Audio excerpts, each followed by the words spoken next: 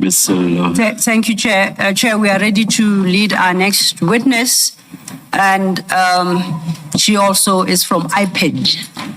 It's Ms. Nomsa Masuku, and she has confirmed that she would like to take the oath.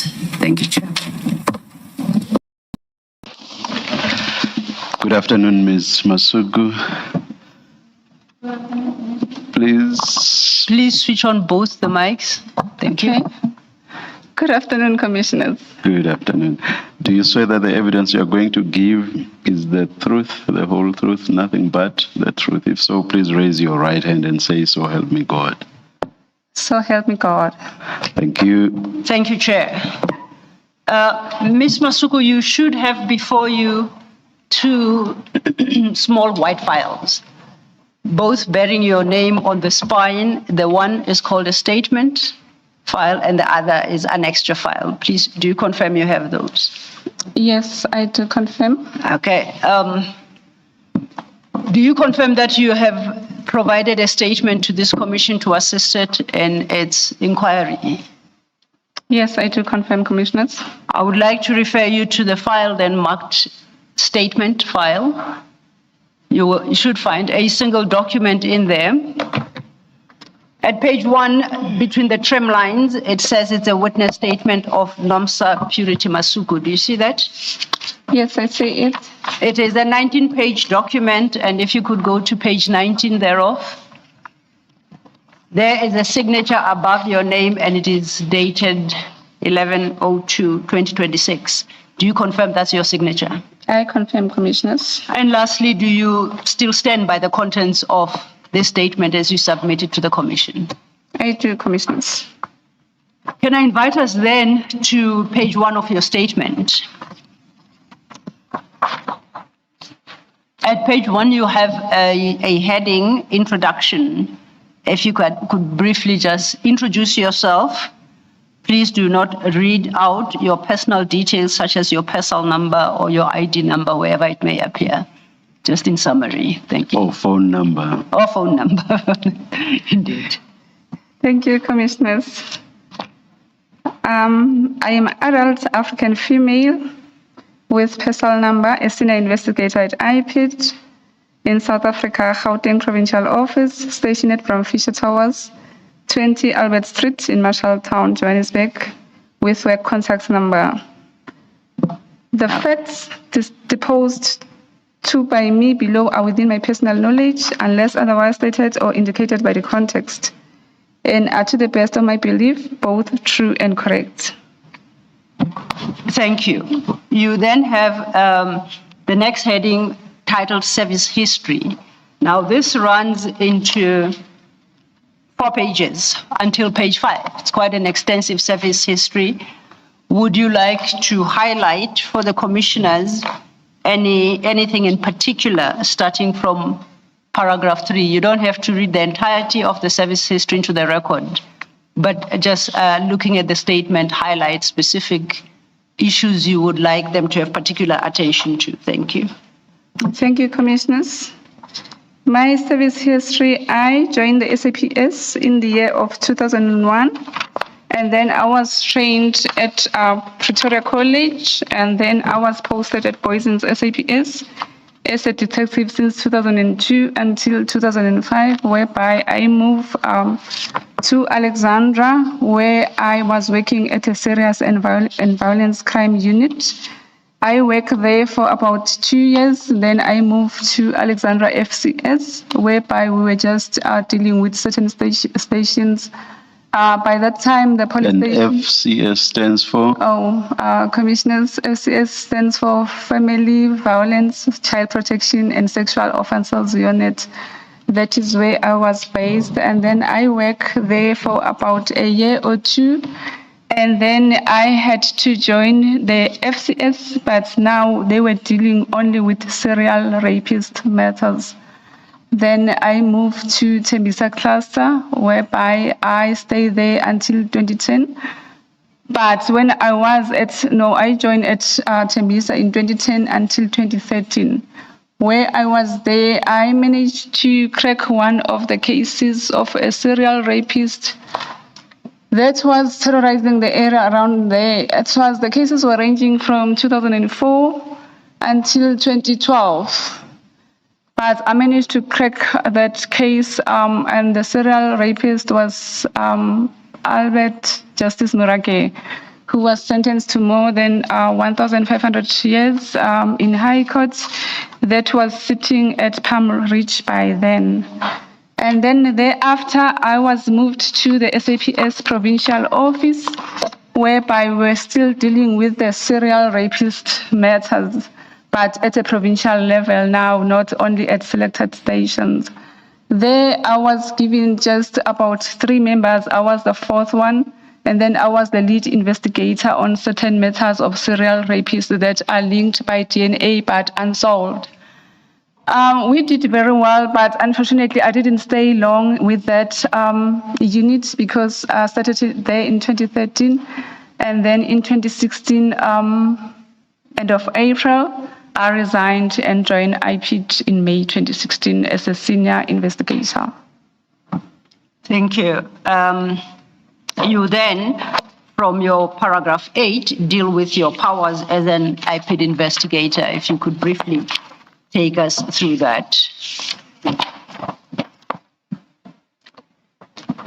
Thank you, Commissioners. As I have mentioned that I resigned at SAPS in 2016 and joined IPID.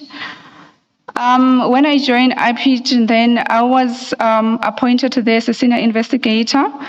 And then in terms of Section 24(2) of IPID Act 1 of 2011, I was given powers provided by the Criminal Procedure Act, which are bestowed upon a peace officer or a police official to investigate the offences, to ascertain the bodily features, the entry and search to the premises, the seizures, the arrest, the execution of warrants. So in other words, I perform duties that amount to a member of SAPS. We are both the same, just different departments. Thank you, Ms. Masuku. You then, thereafter, from page 3, deal with your qualifications and training, as well as commendations you received over the years. Could you summarize those for us briefly? Yes, I've got the National Diploma in Policing, which I got it at Tshwane University of Technology. I have other certificates like investigation of cyber and electronic crimes that I got from University of Pretoria, as well as I've been trained in skills and understanding just in information literacy. I did that at University of Witwatersrand. And then I had just different in-service training within SAPS, like the basic field training that no police officer can be one without being appointed as a police officer before you undergo that. So I underwent that. I went for detective learning programs. I did the family violence as I was specializing in rapes. I did courses like section management, relief management, just to name a few. And then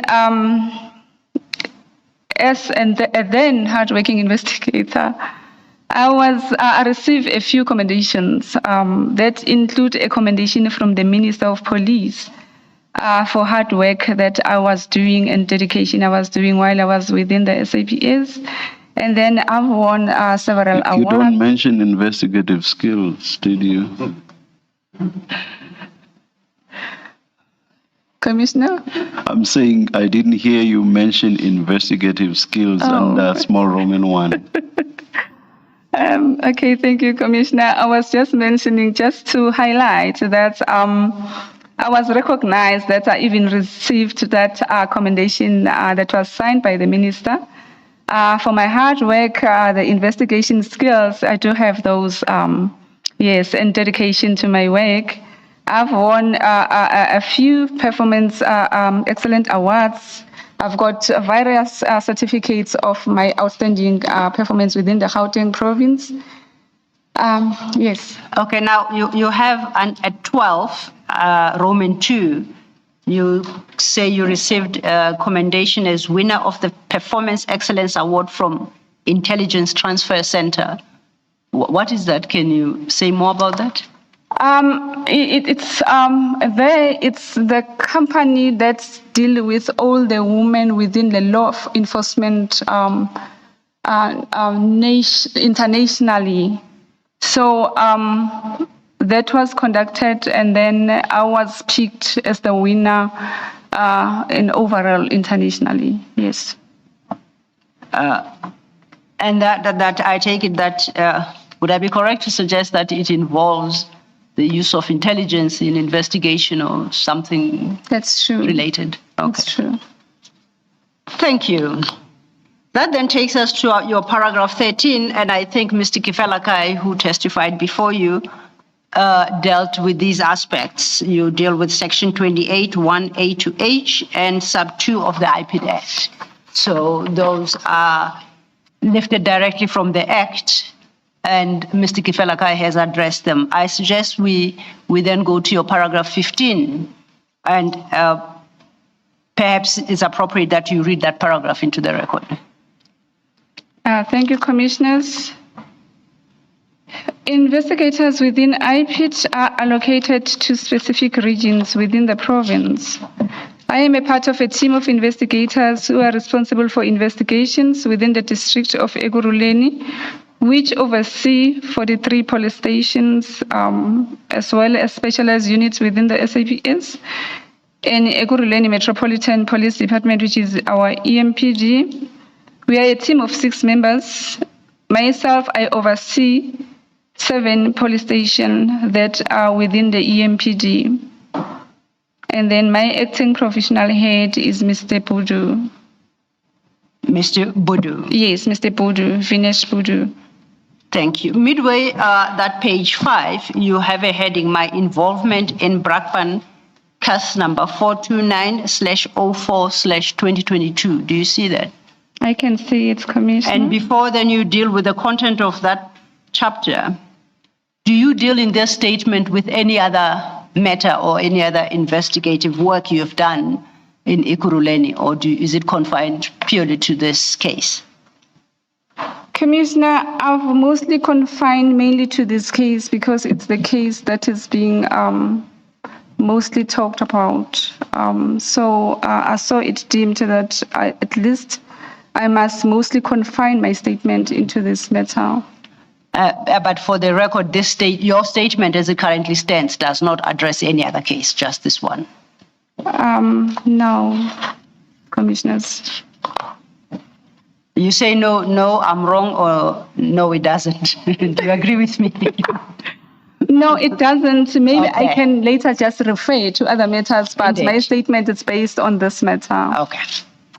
So then we deal then with Brakpan case number 429/04/2024, and as you state what your involvement was in that matter. 2022. 2022.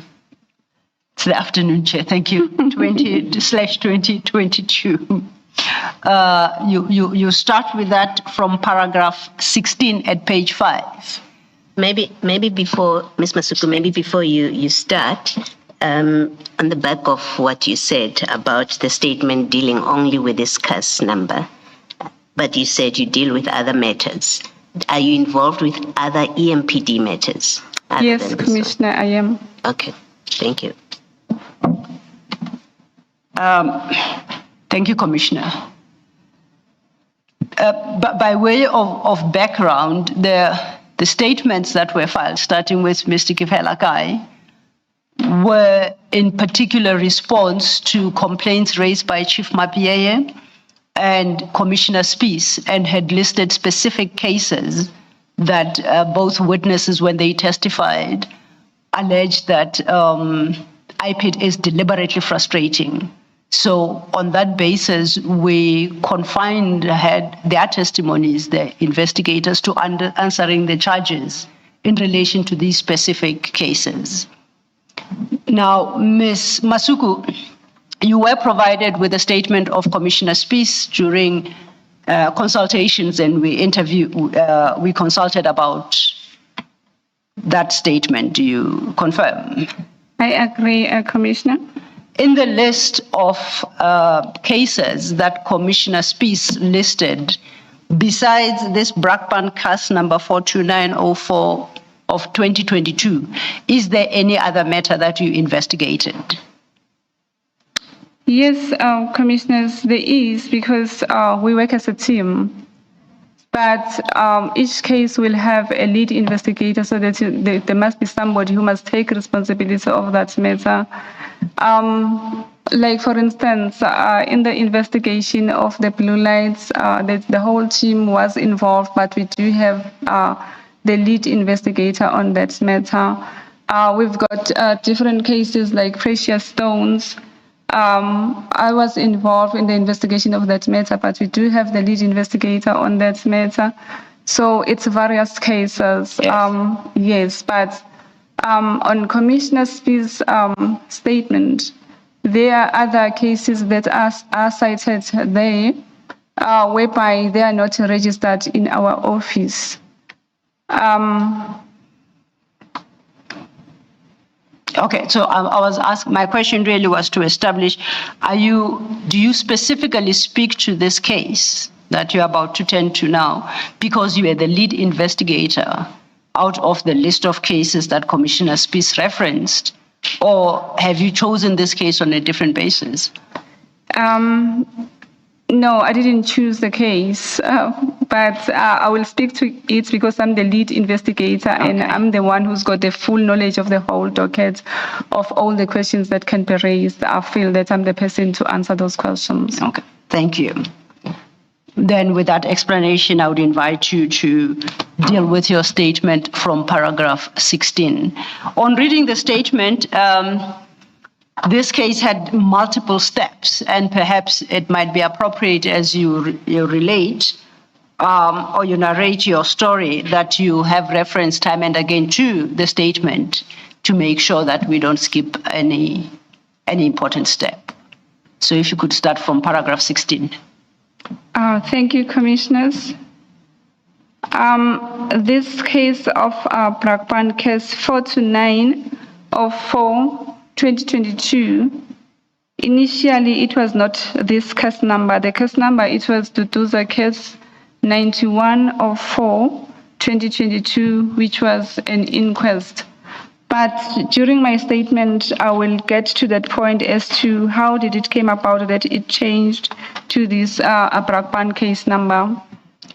And before you do so, perhaps oversight on my part, we just keep referring to the case number. Can you give a brief summary what the case is about before you deal with the detail?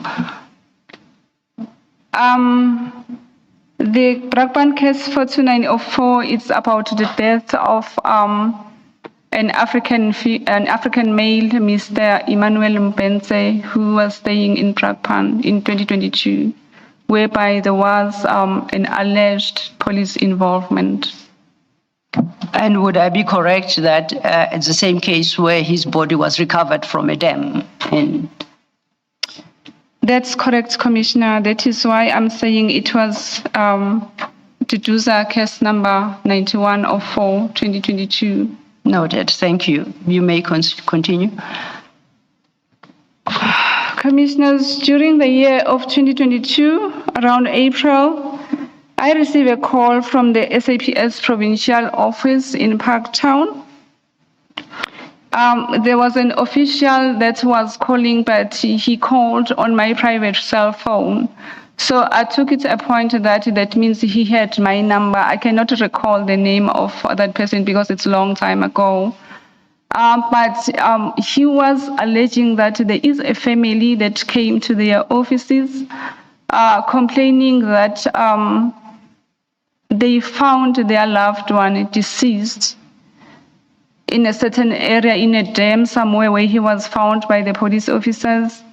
But there are rumors that there were police officers who were in the house when he went missing. Then, because we didn't have any formal complaint regarding that, but just because they were mentioning to say there was just allegation to say there were police that they were there on the day of incident, then I took it upon myself and said to the person I was talking to say to that officer Can you provide them with my contact details, or we exchange contact details so that I can be able to contact them so that I can make an appointment and visit their place? Them being the family. Being the family, yes, Commissioner. And then indeed, that took place. I made an appointment and visited the family. I cannot recall the date because there was no case docket as yet that I was investigating, but I was just following the information to say there is this concerned family, their loved one is deceased, then they are saying there is involvement of police officers, and I'm an officer for IPID because it has passed through my ears. Let me give them an ear and find out as to what really transpired. Then I will take it from there. Upon meeting with them, they explained as to how did the incident took place, even though our commissioners, at some stage, I won't be able to divulge all the information because this case is not yet in court. And I know that people implicated, they are on the screens now listening to whatever it I'm going to say. I will just, but I will be able to respond to whatever the questions the commissioners will pose to me. After I got the explanation, then I understood to say, okay, the body was found at Sparvater Dam in Duduza. Then that means I must visit the Duduza police stations. That means the docket is there. At Duduza, yes, there was an inquest docket that was registered. During that period, I'm just still doing just my preliminary investigation. It's not that I am saying IPID is investigating the matter. I just need to find out as to what transpired. So later on, I can be able to determine to say, will it fall within the mandate or not? And those are conditions I did explain to the family to say, if ever the allegations that you are explaining to me, they can end up being true, we will take over the investigation. But if it's not true, we will leave the investigation with the SAPS.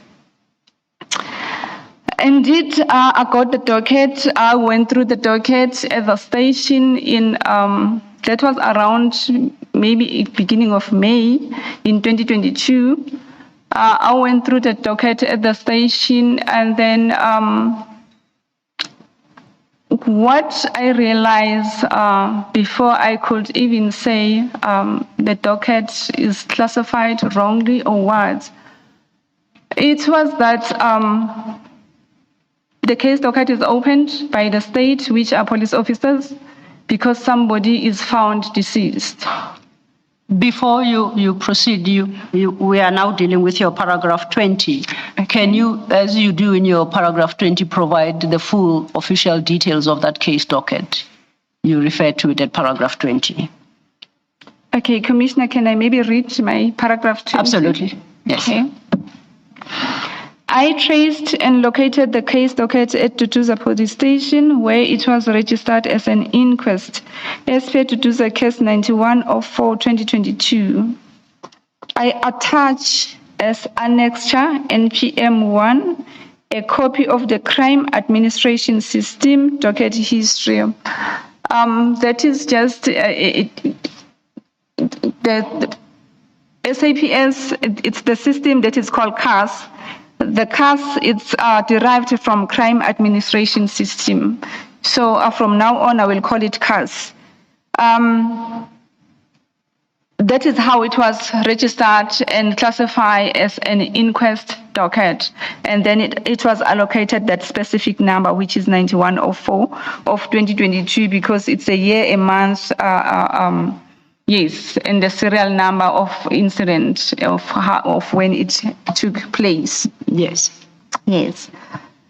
I couldn't transfer the case docket to IPID because I was still conducting the preliminary investigation to ascertain if there was indeed involvement of police officers as alleged by deceased family. An inquest docket traditionally contains the complainant's statements, chain of evidence records, like cause of death. Not really, I'm not referring to cause of death that is coming from the postmortem report, but there is that a document, normally SAPS, they will fill it in whenever they are taking the body from the scene to the mortuary, which is SAPS 180. Normally, when the matter will be an inquest, you will find that they just write what's the cause of death unknown.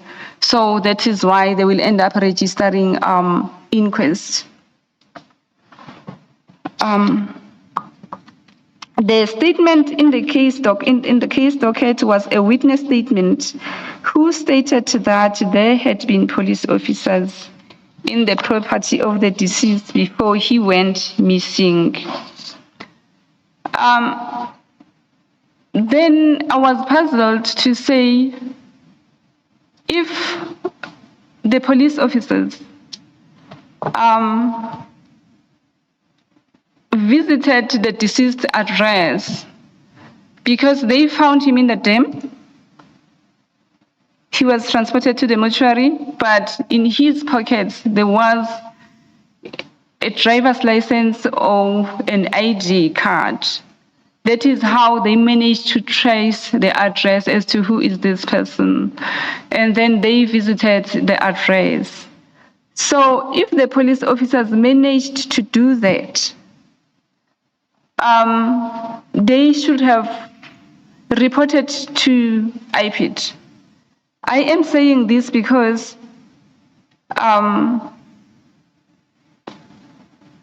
there is a witness that was interviewed by SAPS, not by me, by SAPS. The witness that is saying the owner of this house, on the day of incident, on the night of incident, the police officers were here. He was also here. But that is the last time I saw him. The following day, the house was upside down. It was open. I just pushed the butler gate to close it a bit, but he was nowhere to be found. Then now, for the investigating officer of SAPS, who interviewed that witness, got the information now to say, yes, that means the police officers were here. This person was found at the dam.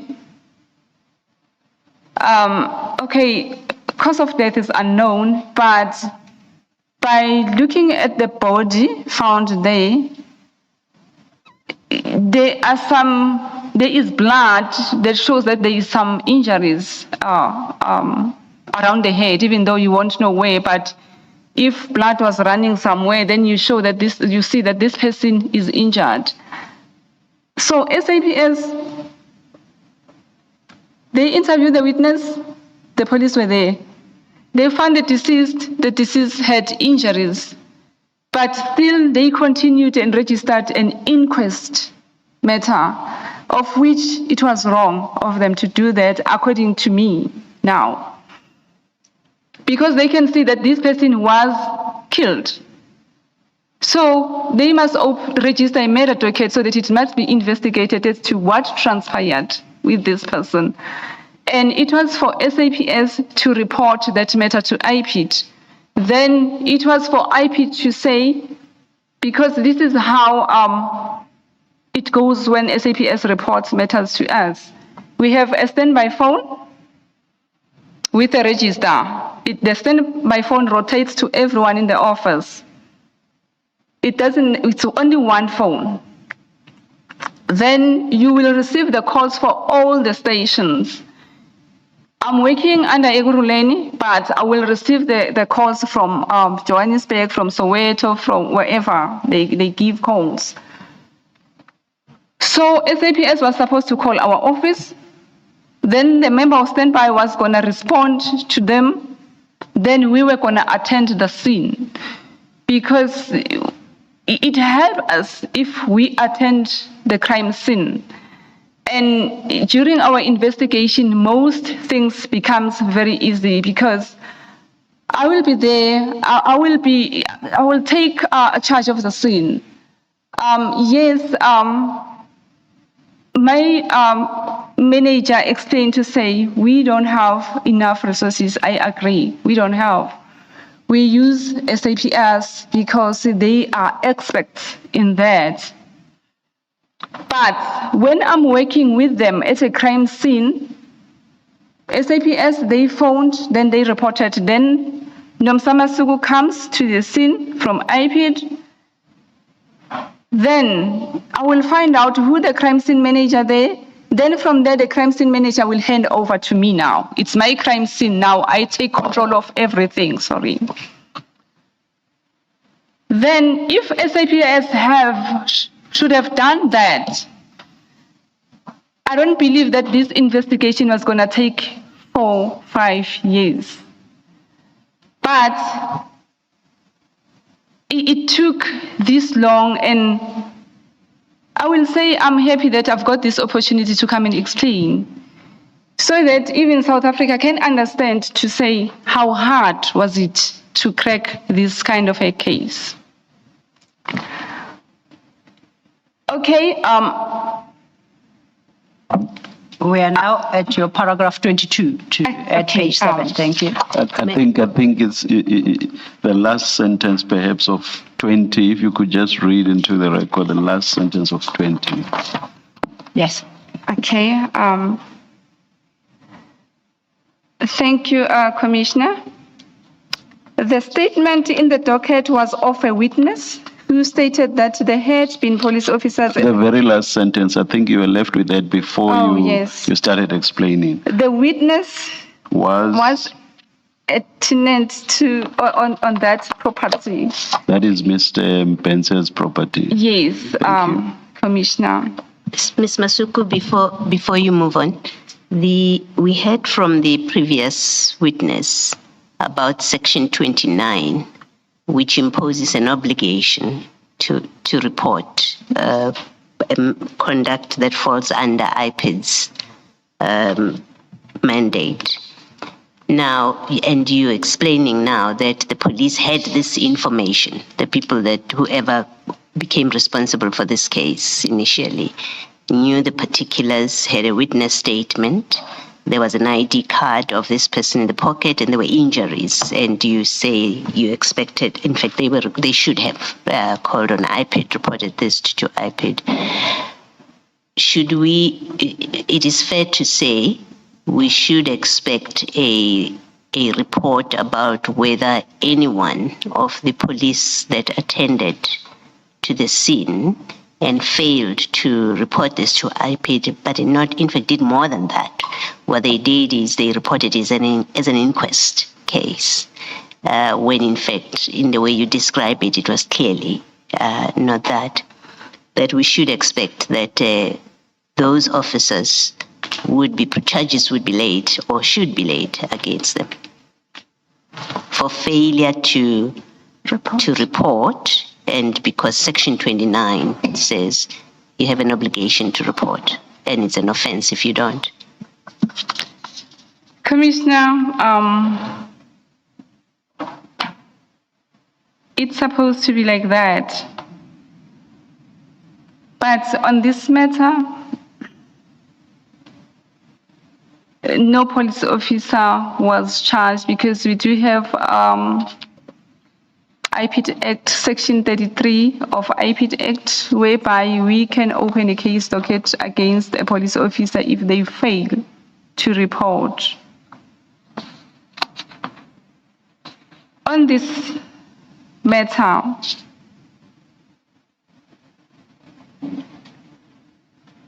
we did not open Section 33 case against any member.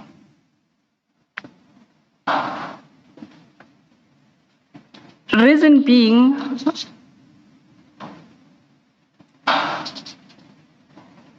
I struggled to get the witness that the police officers took a statement from, because Immediately after the statement was taken, he moved out before the funeral. So he was nowhere to be traced. So for me to open Section 33 based on that, I said to myself, let me do the investigation. Then I will see that later if I locate my witness. But I agree, Commissioner, to say, according to me, they should have reported this matter to IPID. The complaint should still be laid against them. That's correct, Commissioners. Thank you. Well, I assume that later you will explain why the tenant disappeared. I will. Later. Yes, All right, I will, all right. Commissioner. When I get there, I will explain. Thank you, Commissioners. You had testified that in your view, you considered the matter wrongly classified as an inquest, correct?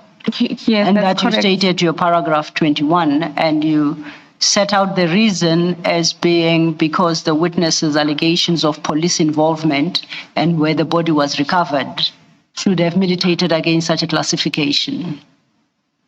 That's correct, And Commissioners. I invite you to pick up your story from paragraph 22. To reclassify the case as a murder case, I visited the Heidelberg Forensic Pathology Services.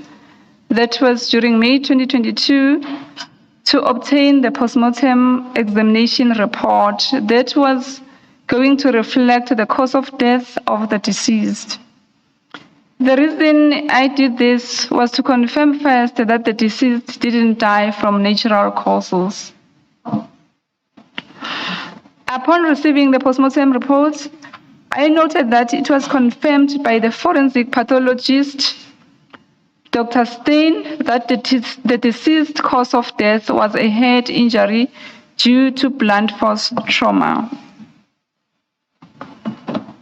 This was now confirmation that the deceased didn't die from natural causes.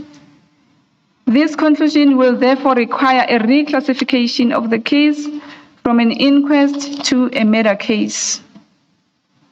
This reclassification, together with the witness statement's allegation that the police were implicated, gave me the authority to register the case as an IPID matter. Before you proceed, for the commissioners, the current version of the statement you have does not attach the post-mortem report. Your files have since been updated. If you could make a note at paragraph 30 that the post-mortem report is now annexure NPM1 Roman 1, starting from page 2.1 onwards in your annexure bundle. Paragraph 23. Paragraph 23. There. It's annexure NPM1 bracket Roman 1. Now, Ms. Masuku, I see if you could turn then to the other bundle that's written annexures, and you go to page 2.1, and you will see that the documents there are flagged marked NPM1 and following. I want to draw your attention to page NPM1 bracket 1 after NPM1. And that should start at your page 2.1. with the heading death register number, and it gives the details. You see it? Okay, I see it, Commissioner. Is that the post-mortem report you say you received then from Dr. Stein? That's correct, Commissioner. It has got a date there for the record. Can you read out the date this report was filed by Dr. Stein into the record? It's the 9th of May, 2022. Okay. And you say, according to this document, this report, the death was confirmed not to be natural. And if you could turn to page 2.2 of the same file. Just before the date, the place and date, Heidelberg, there is the cause of death listed there by Dr. Stein. And could you please read that into the record as well? Head injury due to blunt trauma. Thank you. So then at your paragraph 23, you say that as at 9th of May 2022, or shortly thereafter, whenever it is you uplifted the report, you got confirmation that the cause of death wasn't natural. That's correct, Commissioners. And then from paragraph 24 rather, you then set out the steps you took, having learned these facts. If you could pick it up from there, thank you. Thank you, Commissioners. I then requested the case docket from Duduza Police Station, and it was later transferred to Brakpan SAPS. This was going to assist the investigation because my visit to the mortuary confirmed that the deceased was murdered, and the deceased family had previously informed me that the police officers were involved in his murder. It will then become important for me to establish how the deceased ended up at Spaarwater. The docket was then changed from an inquest and registered as a murder investigation under Brakpan case 429 of 4/2022. I attach as annexure NPM 2 a copy of this docket. Please continue. On the 2nd of May 2022, I received a call from the deceased mother, who informed me that there was a white male who identified himself as, sorry, Commissioners, can I just clarify something with the SC? Oh.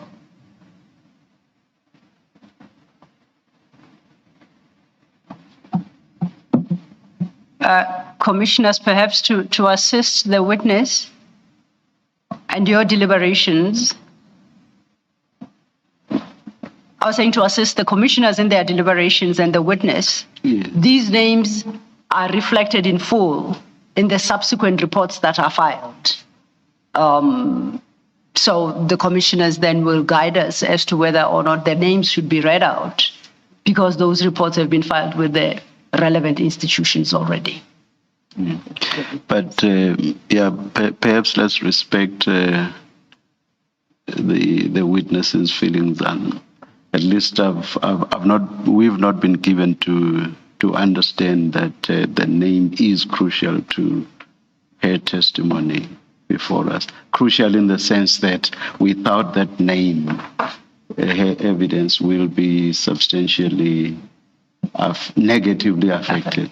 If I may check, she looked to me as if questioning whether she should. I don't know if she was expressing hesitance or whether she was seeking guidance. Perhaps the witness may clarify.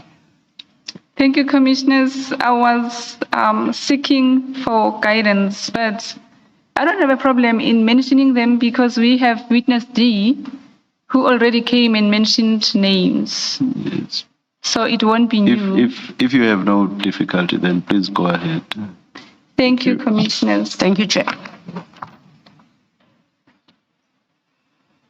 On the 2nd of May 2022, I received a call from the deceased mother who informed me that there was a white male who identified himself as Zander, then in brackets Fritz, that visited her address at number in Brakpan. Yes, thank you. Few days after her son's funeral. She alleged that Zander informed her that he was investigating a robbery incident involving a truck. The evidence was collected from the deceased mother to support the allegations regarding Zander's visit.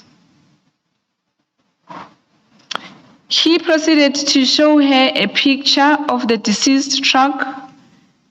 I'm referring to Zander here. She confirmed that yes, it was Emmanuel's truck, in brackets, Goodies. Then that is how the mother was calling him. Hence, I put Goodies in brackets and then Emmanuel, the name that is registered on the death certificate. Zande advised her that the truck was under investigation as it was taken from SAPS 13 at Boksburg. It was taken from SAP 13 at Boksburg police station. He further stated that no one should drive the truck because they will be arrested and be charged with possession of stolen motor vehicle. There is objective, verifiable evidence to be tendered during trial in court regarding Zande's visit at the deceased home. I should point out that in a warning statement obtained from Zande, who was a reservist by then, attached to Brakpan SAPS, thus speaks of a visit he undertook following the incident to the home of the deceased and conversation he had with a lady unnamed he found on the property. I had understood, good afternoon. I had understood from the previous witness that reservists don't work alone. They accompany police officers when they conduct investigations. Now, from what you are saying here, it looks like Zander went on his own and did this on his own. Can you just clarify that? Yes, Commissioner. Here he went alone. He had disguised himself as a member of Hawks because the allegations from the mom are that he was wearing a cap that was written Hawks. That is how he also introduced himself. Even the evidence that will be tendered in court, it proves that, yes, indeed, this is how he introduced himself to the mother. But I stand to be corrected, though, by SAPS to say I don't remember a reservist at the detective's side of SAPS. The reservists, you will find them in visible policing, whereby they wear uniform and work with full-time appointed members. They don't work alone. There must always be a full-time appointed member to guide them. But this one, even though I will unpack that later, but this one, yes, he went alone, but he was not, he didn't say he was from Brakpan, where he was based as a reservist. He was coming from a specialized unit to the mother. During my investigation, I understood that he wanted to check as to if the family are suspecting that he was killed, because they knew that they took him from the house and dumped him somewhere. So they were checking if they are being investigated during that period. Hence, he even said to the mother to say, if there are any police officers or anyone that can come doing this kind of investigation, don't respond to them. Before you respond, you must call me first, because I need to know that what will be that police officer doing, because I'm the one who's doing this investigation against your son. Before perhaps you move on, Ms. Masuku, commissioners, perhaps for completeness, there is a statement in the annexure file. It's annexure NPM 5 Roman 1, and that is the statement of one Alexandra Fritz, and in particular from paragraph 16 of that warning statement, he references a visit to the home and expresses and narrates it in the manner that he does.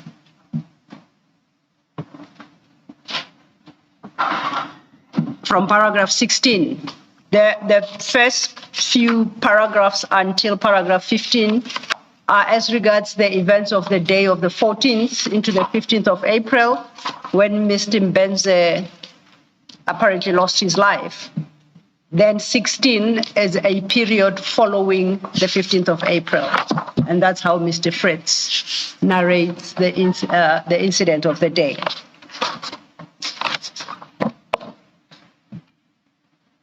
It's Annexure NPM 5, Roman 1. Paragraph 16 starts at page 26 of the Annexure 5. The commissioners could note, and perhaps at a later stage, we could go through the detail of that statement. So you will come back to this document later? We will come back to the document to the extent that is necessary when we deal with the issue of warning statements. Okay. I just thought to flag it for the moment. Thank you. Now, while I'm there, looking at your annexure file, page 14, Ms. Masuku, do you confirm for the record that that is the warning statement of one Alexander Fritz? That's correct. Page 14 of the annexure bundle. That's correct, Commissioners. Thank you. Commissioners, I see it's 4:02. We're in your hands.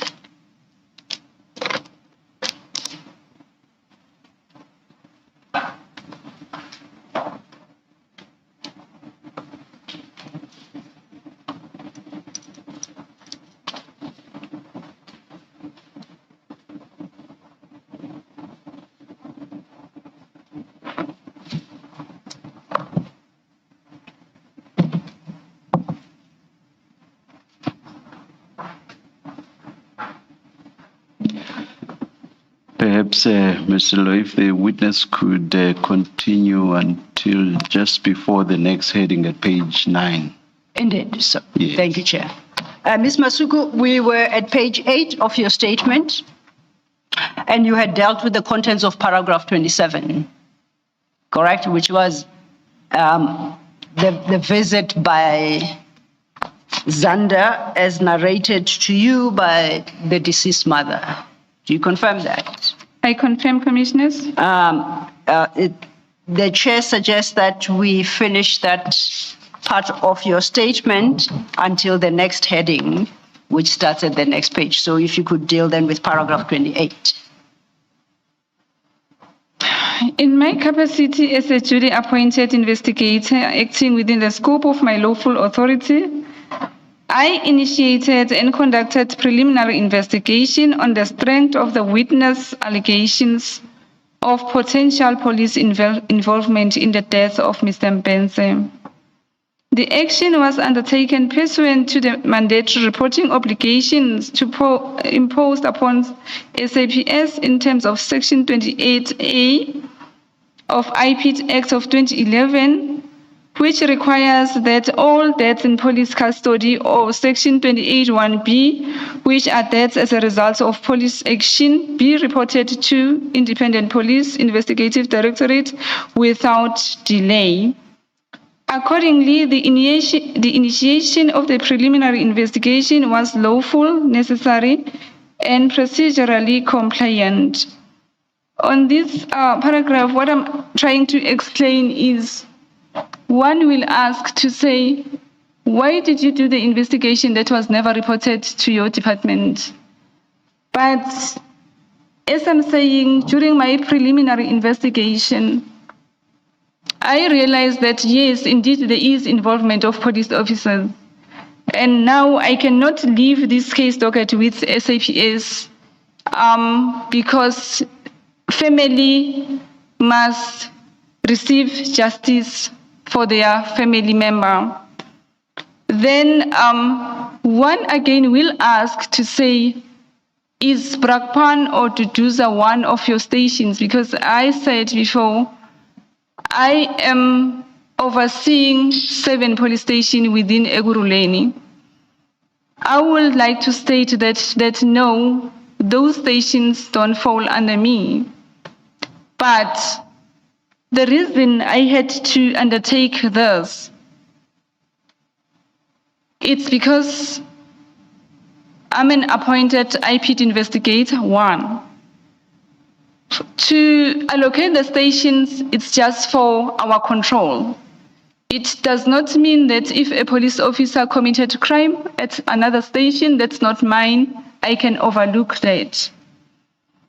And most important point for me to take over this investigation was that I initially communicated with the family.